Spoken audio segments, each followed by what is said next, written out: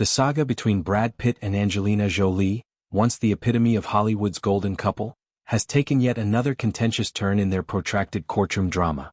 At the center of this ongoing feud lies the luxurious French winery known as Château Miraval, a sprawling estate that the pair purchased together back in 2011 for what was estimated at around $60 million. This property, nestled in the sun-drenched hills of Provence, was more than just an investment. It symbolized the pinnacle of their shared dreams, a romantic haven where they raised their family, hosted intimate gatherings, and even exchanged vows in a fairy-tale wedding ceremony. But what began as a testament to their enduring love has devolved into a bitter battle over ownership, betrayal, and financial repercussions, with Pitt now allegedly pursuing a staggering $35 million in damages against Jolie. Pitt's latest maneuver in this legal chess game involves a fervent push to unseal previously undisclosed communications between him and Jolie, communications that could shed light on the murky undercurrents of their dispute. Recent revelations from an email exchange between their respective legal teams have thrust this $35 million claim into the spotlight, painting a picture of escalating accusations and strategic maneuvering. The emails, exchanged in late 2023, highlight the raw tensions simmering beneath the surface. One particularly pointed message from Jolie's side underscores the irony of Pitt's demands. The burdensome nature of any production is a matter of Mr. Pitt's own creation. He is suing Ms. Jolie for $35 million in damages. As a result, he has to incur the expense of producing the documents that will show, or not show, those damages. This retort flips the script, suggesting that Pitt's aggressive litigation is the very catalyst forcing both parties to dredge up exhaustive records, turning what might have been a straightforward property division into an exhaustive, costly endeavor.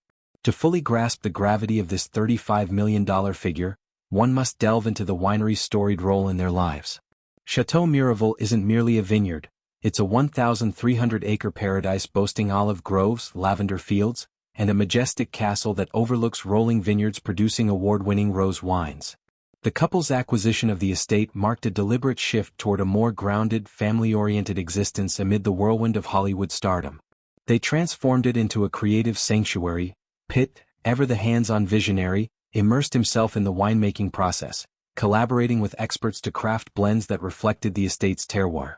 Jolie, with her humanitarian bent, envisioned it as a legacy for their children, a place where they could learn about sustainability and heritage. Their joint venture even extended to branding, with the Miraval label becoming a commercial success, bottles gracing tables from Beverly Hills eateries to international film festivals. The property's value has ballooned over the years, now whispered to be worth hundreds of millions, making any dispute over its control a high-stakes affair. Jolie's decision to sell her stake in the winery to Tenuta del Mondo, the wine division of the Stoli Group, ignited the powder keg in 2022. Pitt contends that this move violated an implicit agreement forged during their marriage, one that stipulated neither could offload their share without mutual consent. This alleged pact, verbal and steeped in the trust of their partnership, was meant to safeguard the estate's future as a family asset. From Pitt's perspective, Jolie's unilateral action not only undermined that trust but also inflicted tangible harm on the winery's operations, disrupting partnerships, tarnishing the brand's reputation, and creating financial ripples that justify his damages claim. The $35 million, according to sources close to the matter, encompasses lost revenues, diminished market value, and the emotional toll quantified in legal terms. It's a sum that underscores Pitt's frustration, transforming a personal grievance into a calculated bid for restitution. Jolie's camp, however, paints a starkly different portrait, one of self-preservation amid a toxic unraveling. She initiated divorce proceedings in 2019, citing irreconcilable differences that had festered for years. The sale, her attorneys argue, was a necessary step to sever ties with a property laden with painful memories. They vehemently deny the existence of any binding pre-sale agreement, framing Pitt's narrative as revisionist history designed to exert control.